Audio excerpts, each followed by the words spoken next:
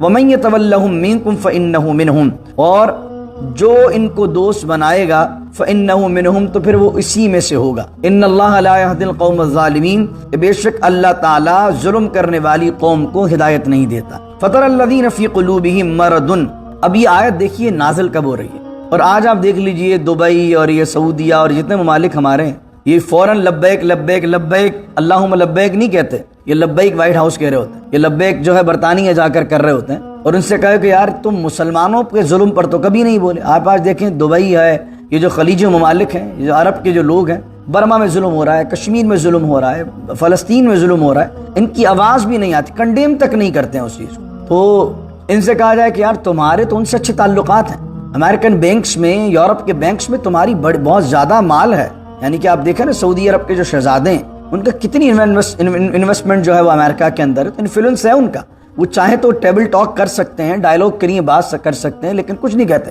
اور ان سے کہا جائے کہ تم کیوں کچھ نہیں کہتے، تو اب قرآن نے ان منافقین کی بات کی ہے کہ جو دونوں جگہ تعلقات رکھتے تھے، مسلمانوں سے بھی اور کافروں سے بھی، یہود و نصارہ سے بھی بنا کے رکھتے تھے۔ یہ کس کے لیے آیت نازل ہوئی؟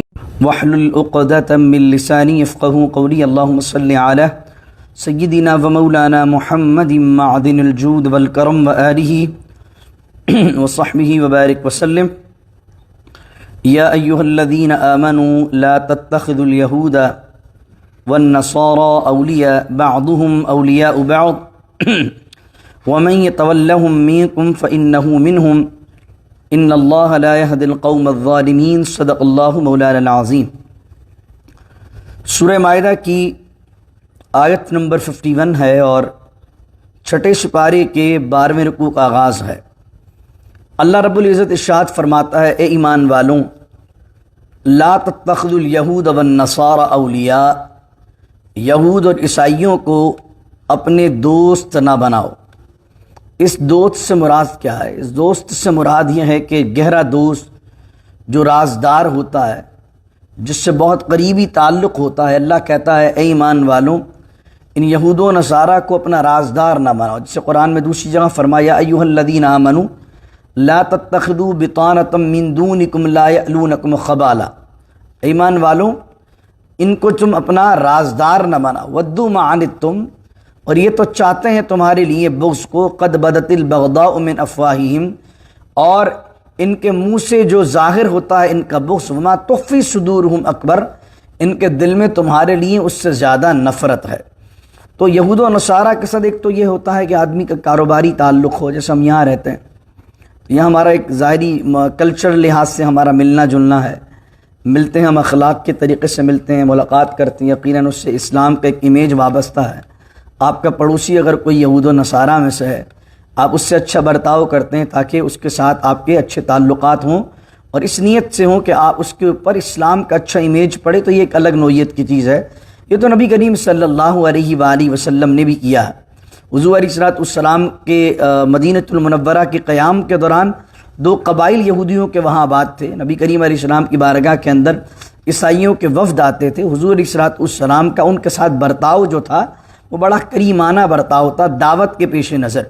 لیکن ایک یہ ہے کہ مسلمانوں کو چھوڑ کر مسلمانوں کے راز ان تک پہنچانا، مسلمانوں کی باتیں ان تک پہنچانا، یا کوئی اسلامک اسٹیٹ ہے وہ دوسرے مسلمان ممالک کو چھوڑ کر یہود و نصارہ کو اپنا ہمدرد سمجھے، تو اللہ کہہ رہا ہے، یا ایھا الذین آمنوا لا تتخذوا الیہود والنصارى اولیاء، مسلمانوں کو چھوڑ کر اور یہود و نصارہ کو گہرے دوست نہ بناؤ، بعضهم اولیاء بعض، ان میں سے بعض کے دوست ہیں، یعنی یہود و نصارہ آپس میں تو ایک دوسرے کے دوست ہیں لیکن تمہارے دوست نہیں ہیں۔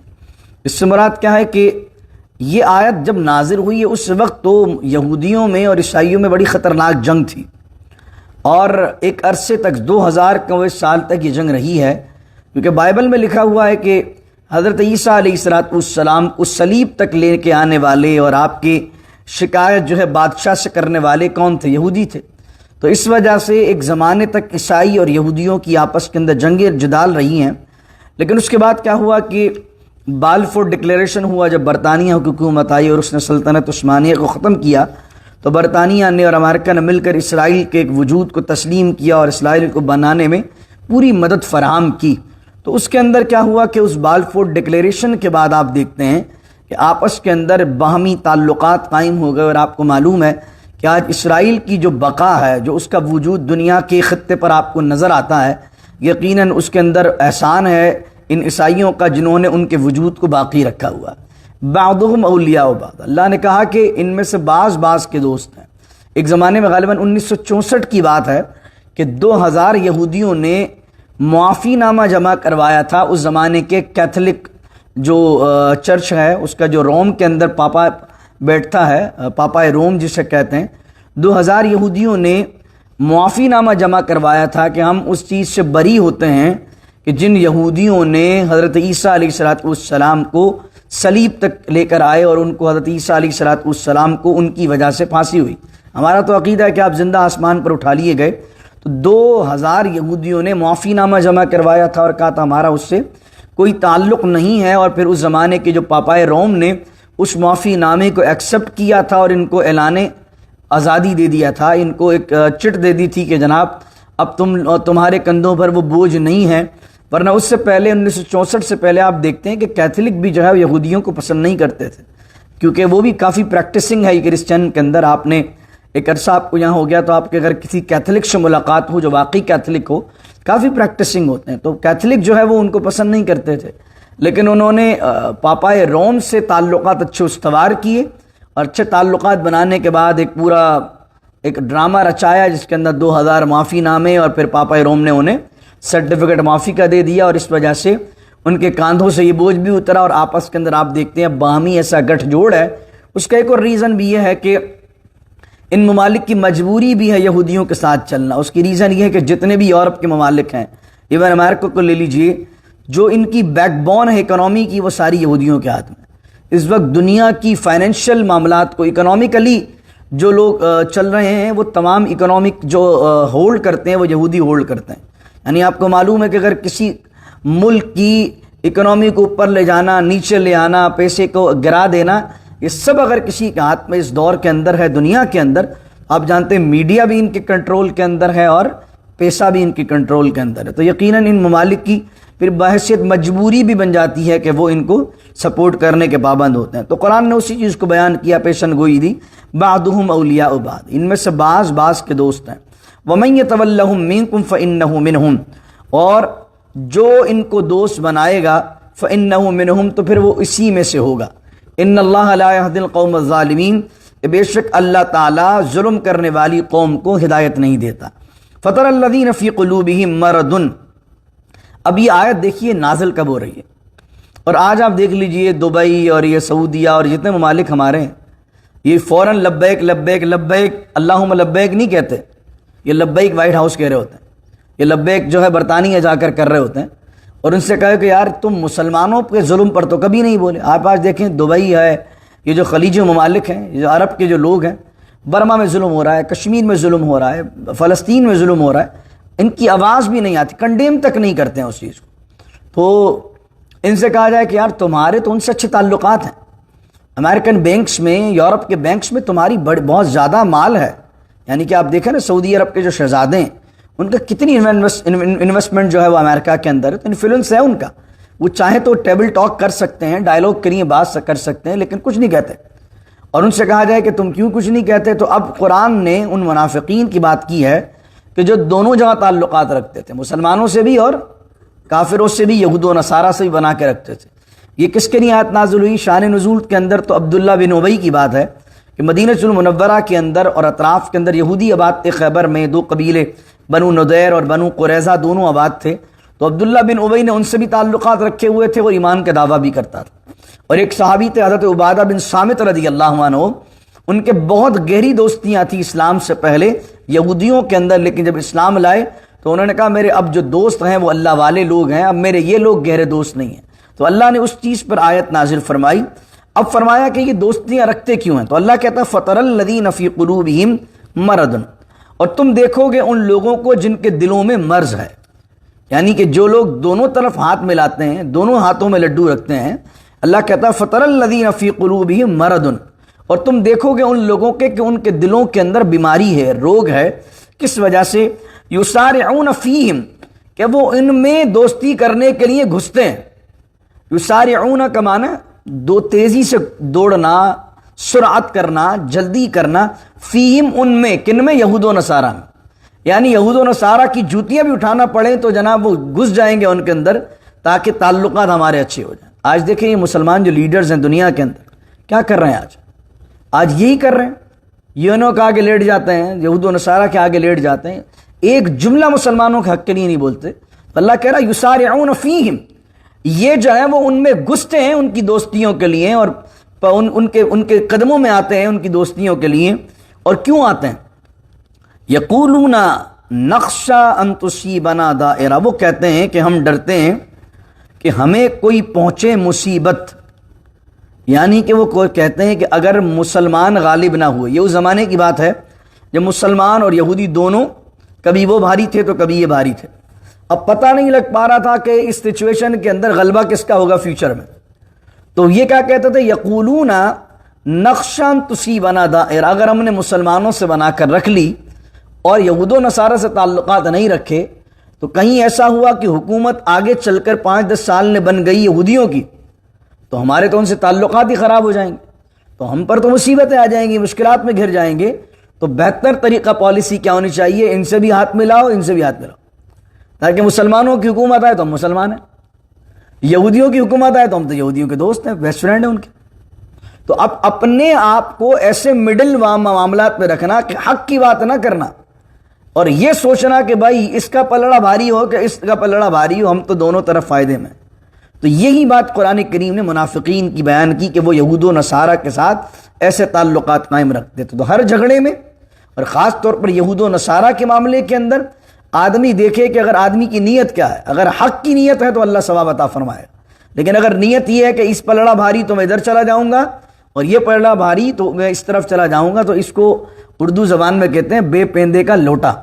اس کا پیندہ ہی کوئی نہیں ہوتا، اپنی جگہ ٹکتا ہی نہیں ہے وہ. آپ اس کو کہیں کہ کبھی ادھر لڑک جائے گا کبھی ادھر لڑک جائے گا. تو اللہ نے کہا کہ فَعَسَى اللَّهُ أَن يَأْتِيَ بِالْفَتْحِ، اب اللہ مومنوں کو خوشخبری دے رہا ہے ان قریب اللہ لے آئے گا فتح. او امر من عنده، یا کوئی ایسا حکم اپنے پاس سے جس میں مسلمانوں کا فائدہ ہوگا. فَيُصْبِحُوا، تو ہو جائیں گے، عَلَى مَا أَسَرُّوا فِي أَنفُسِهِمْ، جو انہوں نے اپنے دلوں میں چھپایا ہوا ہے اس پر نادم. یہ منافقین جو دونوں طرف ہاتھ ملا رہے ہیں، اے اللہ جب مسلمانوں کو غلبہ دے گا تو اب یہ نادم ہوں گے، شرمندہ ہوں گے کہ ہم نے یہ کیا کیا کہ ہم تو وہاں بھی ہاتھ ملانے والے تھے اور ہم تو یہاں بھی ہاتھ ملانے والے تھے. اور میری بات یاد رکھ لیجئے کہ جو ایسا آدمی ہوتا ہے نہ اس کو یہاں سیٹ ملتی ہے نہ اس کو یہاں سیٹ ملتی ہے، کیونکہ نہ یہ پارٹی اس کو اپنا سمجھتی ہے نہ یہ پارٹی اس کو اپنا سمجھتی ہے. آپ کبھی جھگڑوں میں دیکھ لیجئے گا جو ایک طرف کے ہوتے ہیں وہ پھر بھی عزت دار ہوتے ہیں. کم از کم بھائی دشمن کا پارٹی کا تو یہ تو بتائیں کہ دشمن ہے، ایک طرف اس کا پتہ ہے، لیکن جو ادھر بھی لڑک جائے ادھر بھی لڑک جائے اس کی دونوں پارٹیوں میں عزت نہیں ہوتی. تو اس لیے آپ کے ذہن میں اگر کوئی کسی چیز کو سپورٹ کرنے کا تو ایک طرف ہو جائیے، چاہے تو اس طرف ہو جائیے چاہے تو اس طرف ہو جائیے. اس سے آپ کا ضمیر بھی مطمئن رہے گا کہ یار میں نے جس چیز کو سمجھا مکمل اس کو سپورٹ کیا. یہ منافقت ہے کہ آدمی دل کے اندر دونوں طرف ہاتھوں کے اندر لڈو لے کر گھومے اور سوچے کہ یار جہاں بھی جس کی لاٹھی اس کی بھینس وہیں گھوم جائیں گے. یہ منافقت ہے. اور آپ ظاہری طور پر کتنا اپنے آپ کو اچھا دکھا لیں، دل آپ کو رات کو سوتے ہوئے ملامت کرے گا کہ تو منافقت کر رہا ہے، تو حق کا ساتھ نہیں دے رہا. دل تیرا خود بیان کرے گا رات کو سوتے ہوئے کہ تو یہاں بھی ہے اور تو یہاں بھی ہے. تو قرآن کریم میں منافقین کی یہی بات بیان کی گئی کہ مسلمانوں نے ان سے تعلقات کیوں رکھے، مسلمانوں سے، کہ اگر یہ جیت جائیں تو ان کے ساتھ، وہ جیت جائیں تو ان کے ساتھ. اب کیا ہوا؟ جب اللہ مسلمانوں کو فتح عطا فرمائے گا، فتح عطا فرمائے گا اور اپنی طرف سے نصرت عطا فرمائے گا، جیسے فتح مکہ ہوا. فتح مکہ کے بعد اسلامی اسٹیٹ قائم ہو گیا، مدینے میں بھی مکے میں بھی، اور خیبر سے یہودیوں کو نکال دیا گیا. مسلمانوں کا جہاں مسلمان قدم رکھتے تھے اللہ فتح عطا فرماتا تھا. تو وَيَقُولُ الَّذِينَ آمَنُوا، تو وہ کہنے لگے مسلمان جو ایمان لائے، أَهَؤُلَاءِ الَّذِينَ أَقْسَمُوا بِاللَّهِ جَهْدَ أَيْمَانِهِمْ، یہ وہ لوگ ہیں، کیا یہی وہ لوگ ہیں جو بڑی بڑی پکی قسمیں کھایا کرتے تھے، انہم لمعکم، اس بات پر کہ کہتے تھے ہم تمہارے ساتھ ہیں. اب کیا کر رہے ہیں؟ مومن ان کو کہہ کر ذلیل کر رہے ہیں. جب آدمی ایک پارٹی جیت جائے گی اور پھر آدمی سامنے، منافق سامنے آئے گا تو ساری قوم ذلیل کرے گی اسے. ہاں بھائی بڑے تعلقات تو قائم کر رہا تھا اور بڑے نعرے لگا رہا تھا ہمارے کہ ہم تمہارے ساتھ ہیں ہم تمہارے ساتھ ہیں. تو اللہ کہہ رہا ہے کہ پھر جب ایمان والوں کو اللہ تعالیٰ ترقی دے گا اور کامیابی دے گا، وَيَقُولُ الَّذِينَ آمَنُوا أَهَؤُلَاءِ الَّذِينَ أَقْسَمُوا بِاللَّهِ جَهْدَ أَيْمَانِهِمْ، اور ایمان والوں کہیں گے أَهَؤُلَاءِ الَّذِينَ أَقْسَمُوا، کیا یہ وہی لوگ ہیں جو قسمیں کھایا کرتے تھے، جہد ایمانہم، پکی قسمیں کھایا کرتے تھے اللہ کی، کس بات پر؟ انہم لمعکم، ارے ہم تو آپ کے ساتھ ہیں۔ اللہ کہتا ہے حبیطت اعمالہم، ان منافقوں کے اللہ نے اعمال برباد کر دی، جو انہوں نے وہاں وقت لگایا وہ بھی، جو یہاں وقت لگایا وہ بھی، مسلمانوں کے ساتھ نمازیں پڑھی وہ بھی، جو یہودیوں سے میٹنگ کی وہ بھی، دونوں طرف کی جو محنت تھی، وقت تھا، اللہ نے سب ضائع کر دیا۔ فاصبحوا خاسرین، تو وہ نقصان اٹھانے والوں میں سے ہو گئے۔ اس کے بعد آیت ہوتی ہے یا ایھا الذین آمنوا من یرتد منکم عن دینہ، ایمان والوں جو تم میں ارتداد کرے، پھر جائے اپنے دین سے۔ یہ ان کی بات ہو رہی ہے جو نبی کریم صلی اللہ علیہ وسلم کا جب ظاہری وصال مبارک ہوا تو حضور صلی اللہ علیہ وسلم کی زندگی میں 3 فرقے مرتدین کے پیدا ہوئے جنہوں نے نبوت کا دعویٰ کیا، مسیلمہ قذاب، اسود انسی، اور حضرت کریم آقا صلی اللہ علیہ وسلم کے وصال کے بعد 7 مزید فرقے پیدا ہوئے کہ جنہوں نے اسلام کا انکار کر دیا۔ انہوں نے کہا نماز پڑھیں گے، زکوٰۃ نہیں دیں گے۔ نبی کریم علیہ الصلوۃ والسلام حیات تھے، اس وقت تک زکوٰۃ تھی، اور اب ہم زکوٰۃ ادا نہیں کریں گے۔ تو اب انہوں نے ارتداد کر دیا، مرتد ہو گئے۔ اب حضرت ابو بکر صدیق رضی اللہ تعالی عنہ موجود تھے۔ حضور علیہ الصلوۃ والسلام کا جو ہے وہ وصال ابھی تازہ تازہ ہوا تھا۔ حضرت ابو بکر صدیق رضی اللہ عنہ نے فرمایا کہ رسول کریم صلی اللہ علیہ وسلم کے زمانے میں اگر کوئی ایک اونٹ کی رسی بھی زکوٰۃ میں دیتا تھا تو وہ بھی میں نہیں چھوڑوں گا، اور میں لے کر رہوں گا، ورنہ میں ان کے خلاف جہاد کروں گا، ان کے خلاف اعلان جنگ ہے۔ اب یہ وہ موقع تھا حساس کہ حضور علیہ السلام کا وصال ہو چکا ہے، اور اکثر صحابہ حضرت ابو بکر صدیق رضی اللہ تعالیٰ عنہ کو کہہ رہے ہیں کہ ابھی تھوڑا حلقات رکھیے، ابھی وہ موقع نہیں ہے، کیونکہ ابھی حضور کا وصال ہوا ہے، مدینے کو پہلے مضبوط کرتے ہیں اور اس کے بعد نمٹیں گے ان سے جو زکوٰۃ نہیں دے رہے۔ لیکن حضرت ابو بکر صدیق رضی اللہ تعالیٰ عنہ کے دل کو اللہ نے وہ بصیرت عطا فرمائی، انہوں نے کہا یہی تو موقع ہے کہ جس وقت امت کو جوڑنا ہے۔ آج اگر لوگوں نے کہا زکوٰۃ نہیں دے رہے، کل کہیں گے حج نہیں کریں گے، 2 سال بعد کہیں گے نماز نہیں پڑھیں گے، تو پھر لوگوں کے مطلب کا دین بنانا ہے یا دین اس کو چلانا ہے جو رسول اللہ لے کر آئے صلی اللہ علیہ وسلم۔ تو حضرت ابو بکر صدیق رضی اللہ تعالیٰ عنہ کو حضرت عمر رضی اللہ عنہ تک نے، یعنی حضرت عمر کی شان کیا ہے، جلال کا عالم کیا ہے، اور آپ ان کے جذبات کو جانتے ہیں، لیکن وہ بھی آ کر مشورہ دے رہے ہیں حضرت ابو بکر صدیق رضی اللہ تعالیٰ عنہ کو کہ اے ابو بکر خلیفہ مومنین، میں آپ کے لیے عرض کرتا ہوں کہ حضور ابھی رک جائیے، ابھی مدینۃ المنورہ کے اندر ہم اپنے آپ کو مضبوط کرتے ہیں، کیونکہ باہر دشمن بھی ہمارے در پر ہیں، مسلمانوں کے اندر بھی مرتد پیدا ہو گئے۔ آپ نے اس وقت جملہ کہا کہ اگر کوئی شخص حضور کے زمانے میں زکوٰۃ میں اونٹ کی رسی بھی دیتا تھا، ہم اس سے اونٹ کی رسی بھی نہیں چھوڑیں گے۔ ایسے وقت میں حضرت ابو بکر نے باغ دوڑ سنبھالی، اور سنبھال کر مسیلمہ قذاب، جس نے حضور صلی اللہ علیہ وسلم کے زمانے میں نبوت کا دعویٰ کیا تھا، خالد بن ولید کو سربراہ بنایا، اور جنگ یمامہ ہوئی جس میں کئی حفاظ کرام شہید ہوئے۔ جنگ یمامہ ہوئی مسیلمہ قذاب سے، اور جنگ یمامہ کے اندر حضرت وحشی جنہوں نے زمانے جاہلیت میں سید الشہداء امیر حمزہ کو شہید کیا تھا، جب وہ اسلام لے آئے تو اسلام لانے کے بعد انہوں نے جنگ یمامہ میں اس مسیلمہ قذاب، اس جھوٹے نبوت کا دعویٰ کرنے والے کو قتل کیا۔ تو خود فرماتے تھے کہ اللہ کا فضل ہوا مجھ پر کہ میں نے زمانہ اسلام میں ایک بدبخت آدمی کو قتل کیا، اور مجھ پر افسوس ہے کہ میں نے زمانہ جاہلیت میں ایک عظیم آدمی کو شہید کیا، اور وہاں پر زمانہ اسلام میں ایک مسیلمہ قذاب کو انہوں نے بدبخت کو قتل کیا۔ تو میں عرض کر رہا تھا کہ ارتداد کا زمانہ آیا تو اللہ نے پہلے ہی فرما دیا کہ اگر تم میرے نبی کے بعد یا میرے نبی کے زمانے میں دین سے پھرتے ہو، یعنی اگر تم سب دین کو چھوڑ دو، اگر آج بھی جو مسلمان ہیں وہ معاذ اللہ دین کو چھوڑ دیں تو اللہ کیا کرے گا؟ اللہ کہتا ہے فَسَوْفَ يَأْتِ اللَّهُ بِقَوْمٍ يُحِبُّهُمْ، اللہ ایسی قوم کو لے آئے گا تمہاری جگہ، يُحِبُّهُمْ، جو اللہ سے محبت کرتے ہوں گے، وَيُحِبُّونَهُ، اور اللہ ان سے محبت کرتا ہوگا۔ اب یہ آیت کا مصداق کون ہے؟ آیت کس کے لیے نازل ہو رہی ہے؟ جو میں نے آیت آپ کو نازل کی، جنہوں نے ارتداد کیا، مرتد ہو گئے، ان کی جگہ اللہ نے کس قوم کے ذریعے سے خدمت اسلام کی؟ حضرت ابو بکر صدیق رضی اللہ عنہ سے۔ اور حضرت ابو بکر صدیق اور ان کے صحابہ کی جماعت کے لیے اللہ نے کیا کہا؟ بِقَوْمٍ يُحِبُّهُمْ وَيُحِبُّونَ، وہ اللہ سے محبت کرتے ہیں، اللہ ان سے محبت کرتا ہے۔ پھر مومن کی شان کیا ہے؟ اللہ کہتا ہے اذلۃ علی المؤمنین اعزۃ علی الکافرین۔ اذلۃ علی المؤمنین، مومن جو ہوتے ہیں وہ مومنوں کے لیے نرم دل ہوتے ہیں، یعنی اپنی طاقت، اپنا پیسہ، اپنا جلال، اپنے جذبات کبھی بھی مسلمان کے خلاف استعمال نہیں کرے گا۔ یہ ہے مومن کی شان۔ مومن اپنے بھائی مسلمان کو تکلیف دینے والا نہیں ہوتا۔ رسول اللہ نے فرمایا صلی اللہ علیہ وسلم المسلم من سلم المسلمون من لسان و یدی، او کما قال علیہ الصلوۃ والسلام، فرمایا مسلمان وہ ہے جس کی ہاتھ سے، اس کی زبان سے دوسرا مسلمان سلامت رہے۔ یہ ہے مسلمان۔ اب دیکھ رہے ہیں حضور نے نہیں فرمایا مسلمان وہ ہے جس کی داڑھی بہت لمبی ہے، مسلمان وہ ہے جو بہت بڑا جبہ پہنتا ہے، مسلمان وہ ہے جو بہت بڑا امامہ پہنتا ہے۔ مسلمان کون ہے؟ المسلم من سلم المسلمون من لسان و، یہ ہے مسلمان جو رسول اللہ نے فرمایا۔ مسلمان تو وہ ہے جس کے ہاتھ سے، اس کی زبان سے دوسرا مسلمان سلامت ہے۔ یہ ہے مسلمان کی شان۔ قرآن کیا کہہ رہا ہے؟ اذلۃ علی المؤمنین، مسلمان مومن تو مومن کے لیے نرم دل ہوتا ہے، سخت دل نہیں ہوتا۔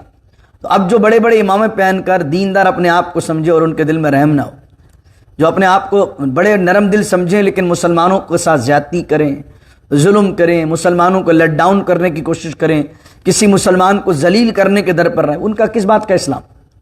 وہ کس بات کی، کس حیثیت سے اپنے آپ کو اپنے منہ سے کہتے ہیں کہ ہم مسلمان ہیں؟ قرآن تو کہتا ہے اذلۃ علی المؤمنین، وہ اپنی طاقت، وہ اپنا جاہ و جلال، وہ اپنی مال و دولت، اپنا ہنر، اپنا فن، اپنا کمال مسلمانوں کے خلاف استعمال نہیں کرتے۔ اعزۃ علی الکافرین، وہ سخت ہوتے ہیں تو کافروں کے لیے سخت ہوتے ہیں، اور وہ اپنے جاہ و جلال سے کافر کو دکھاتے ہیں کہ یہ مسلمان مر تو سکتا ہے لیکن بک نہیں سکتا۔ یہ ہے مسلمان کی شان، یہ ہوتا ہے مسلمان۔ اس دور میں کیا ہو رہا ہے؟ اس دور میں یہ ہو رہا ہے کہ مسلمان کو سب سے زیادہ خطرہ مسلمان سے، کافر ہمیں اس دور میں اتنا نقصان نہیں پہنچا رہا۔ آپ دیکھیں گے کہ سب سے زیادہ نقصان مسلمان ہی ہمیں پہنچا رہے ہیں، استغفر اللہ العظیم۔ اور آپ 1400 سالوں میں اسلام کی تاریخ کو پڑھیں، اتنا نقصان ہمیں کافروں نے نہیں پہنچایا ہے جتنا مسلمانوں کے اندر چھپے ہوئے ان بھیڑیوں نے پہنچایا ہے جنہوں نے اسلام کا روپ اختیار کیا ہوا تھا۔ ٹیپو سلطان لڑ رہے تھے، کون تھا جس نے ٹیپو سلطان کی کمر کے اندر چھرا گھونپا؟ میر جعفر میر صادق تھے، ان کے مشیر تھے، اپنے آپ کو مسلمان کہلانے والے تھے۔ صلاح الدین ایوبی رحمۃ اللہ علیہ کے زمانے کو دیکھیے، آپ محمود غزنوی کو دیکھیے، آپ شہاب الدین غوری کو دیکھیے، آپ ارطغرل غازی کو دیکھیے۔ یہ تمام لوگ کون تھے کہ جن لوگوں نے اسلام کے جھنڈے کو بلند کیا؟ تو ان کو سب سے زیادہ چیلنجز کافروں سے لڑنے کا تو تھا ہی تھا، لیکن اپنوں میں چھپے ہوئے بھیڑیے جنہوں نے مسلمان بن کر مسلمانوں کو نقصان پہنچایا، سب سے زیادہ اسلام کو نقصان پہنچا وہاں سے۔ سلطنت عثمانیہ کو دیکھیے آپ، سلطان عبدالحمید خان جو سب سے آخری رہے یہ ٹرکی گورنمنٹ کے اندر جو پوری سلطنت عثمانیہ تھی، ان کے اندر ان کے غالباً ماموں یا ان کے کسی رشتہ دار کو ہی جو مسلمان تھا اس کو جو ہے یہودیوں نے خرید لیا تھا، اور اتنا پیسہ دیا اس کو، اتنا پیسہ دیا اور اس کو قرضوں کے بوجھ تلے دبا دیا۔ پر سلطان عبدالحمید خان پر بات آئی، اس پر ٹرکی نے پورا ایک ڈرامہ بھی بنایا سلطان عبدالحمید خان پر کہ کس طریقے سے ان کے رشتہ داروں کو، کچھ مسلمانوں کو یہودیوں نے، عیسائیوں نے خریدا۔ تو یہودی عیسائی جانتے ہیں کہ میدان جہاد میں وہ مسلمانوں سے ٹکر نہیں لے سکتے، مسلمانوں سے وہ لڑ نہیں سکتے، کیونکہ اللہ نے کہا اگر تم مومن ہو تو ایک مومن 10 کافروں پر بھاری ہے، اور اگر تم عام مومن بھی ہو، عام مسلمان بھی ہو، تو ایک مسلمان 2 کافروں پر بھاری ہے۔ تو انہیں معلوم ہے کہ جنگ و جدال کے میدان کے اندر تو وہ ہمارا سامنا نہیں کر سکتے، اس لیے وہ چاہتے ہیں کہ مسلمانوں کو مسلمانوں سے لڑوایا جائے، فرقوں کے نام پر، ذات پات کے نام پر، ملکوں کے نام پر۔ آج کا اقبال نے کہا تھا نا کہ یوں تو سید بھی ہو، مرزا بھی ہو، افغان بھی ہو، تم سبھی کچھ ہو، بتاؤ مسلمان بھی ہو۔ ہم سب ہیں، کوئی کہتا میں سید ہوں، میں شاہ صاحب ہوں، کوئی کہتا میں پٹھان ہوں، کوئی کہتا میں میمن ہوں، کوئی کہتا میں پنجابی ہوں۔ نہیں بھائی، ہم مسلمان ہیں سب سے پہلے، ہمارا کلمہ ایک۔ اقبال نے کہا منفعت ایک ہے اس قوم کی، نقصان بھی ایک، ایک ہی سب کا خدا، دین بھی ایمان بھی ایک، حرم پاک بھی اللہ بھی قرآن بھی ایک، کچھ بڑی بات تھی ہوتے جو مسلمان بھی ایک۔ مسلمان ایک دوسرے کی ٹانگیں کھینچنے میں لگے ہوئے ہیں، جب ہی یہ ذلت ہمارے منہ پر ملی جا چکی ہے، یہ اللہ کے عذاب کا کوڑا ہے جو مسلمان جس دور سے گزر رہے ہیں کہ جہاں جاتے ہیں ان کو ذلت مل رہی ہے۔ کیوں؟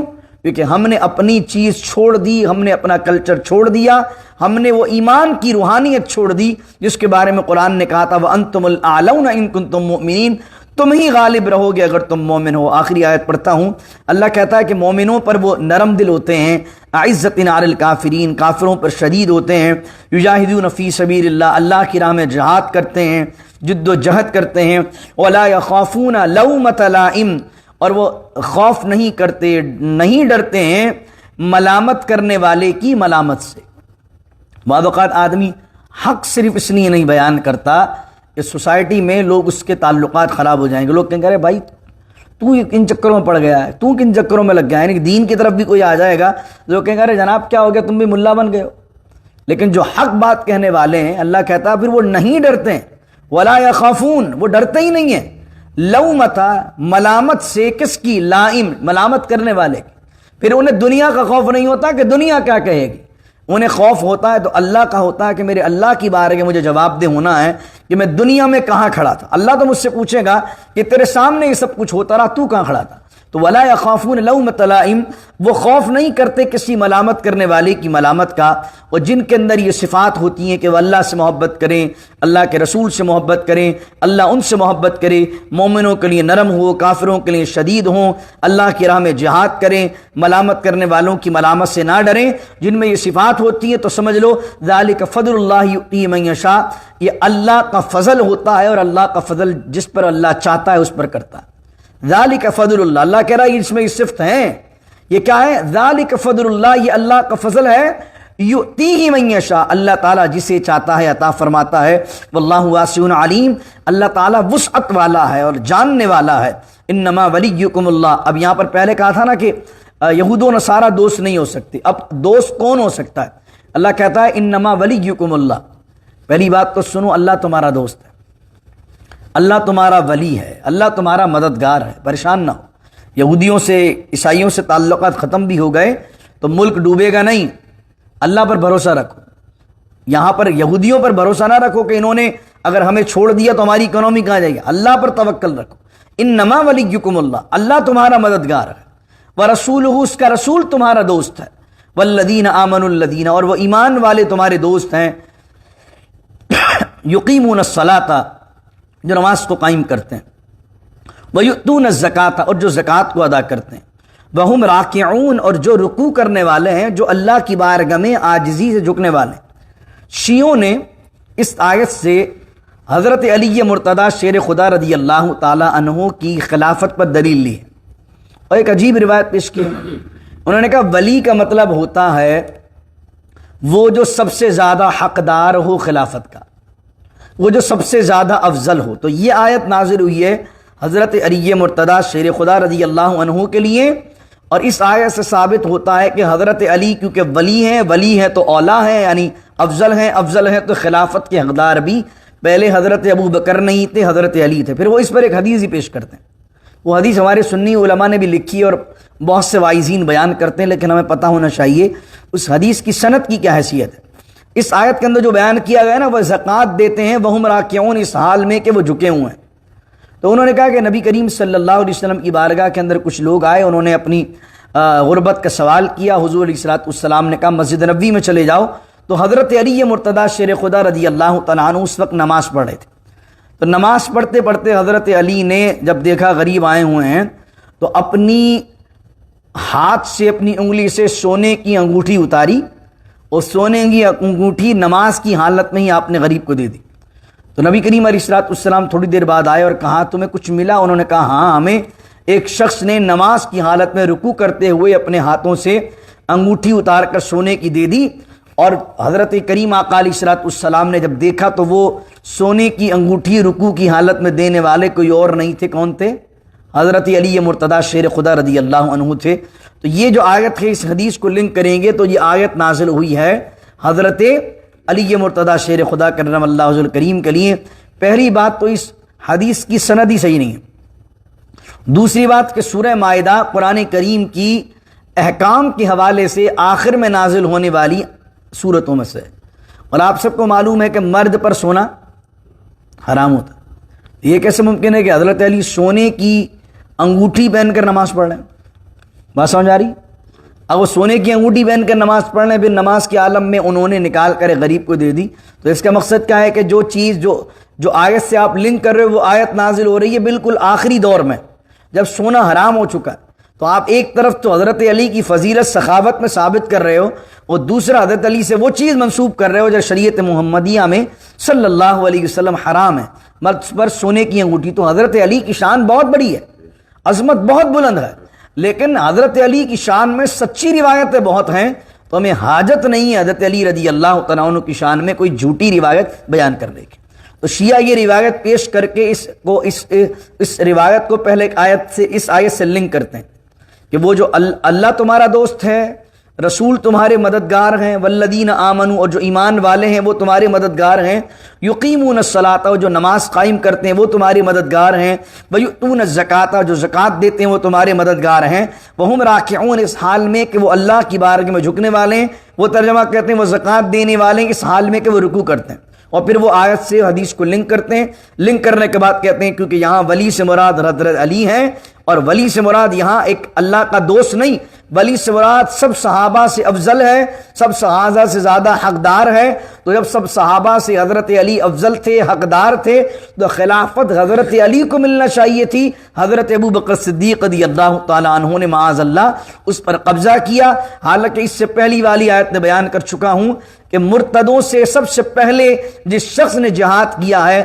وہ حضرت ابو بکر صدیق کی ذات گرامی ہے، اور حضرت ابو بکر صدیق کے لیے اللہ نے کہا یحبہم، وہ اللہ سے محبت کرتے ہیں، ویحبون اللہ ان سے محبت کرتا ہے۔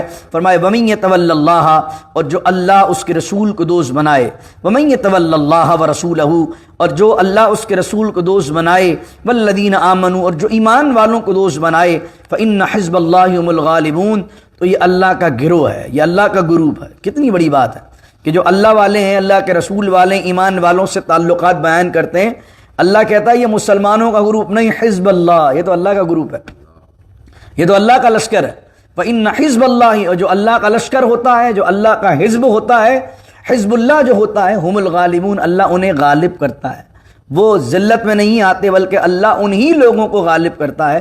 تو اللہ رب العزت سے دعا ہے اللہ ہمیں جو ہے وہ ایمان پر اور اسلام پر ہمیشہ قائم و دائم رکھے اور اسلام کو غلبہ نصیب فرمائے، مسلمانوں کو عروج عطا فرمائے۔ بسم اللہ الرحمن الرحیم، الحمدللہ رب العالمین والصلاة والسلام علی اشرف الانبیاء والمرسلین، ربنا اتمم لنا نورنا واغفر لنا انک علی کل شیء قدیر، رب اجعل لی مقیم الصلاة ومن ذریتی، ربنا وتقبل دعاء، ربنا اغفر لی ولوالدی وللمؤمنین یوم یقوم الحساب، ان اللہ وملائکته یصلون علی النبی یا ایہا الذین آمنوا صلوا علیہ وسلموا تسلیما، اللہم صل علی سیدنا ومولانا محمد معدن الجود والکرم وآلہ وصحبہ وبارک وسلم، سبحان ربک رب العزت عما یصفون وسلام علی المرسلین والحمد للہ رب العالمین، لا الہ الا اللہ محمد الرسول اللہ صلی اللہ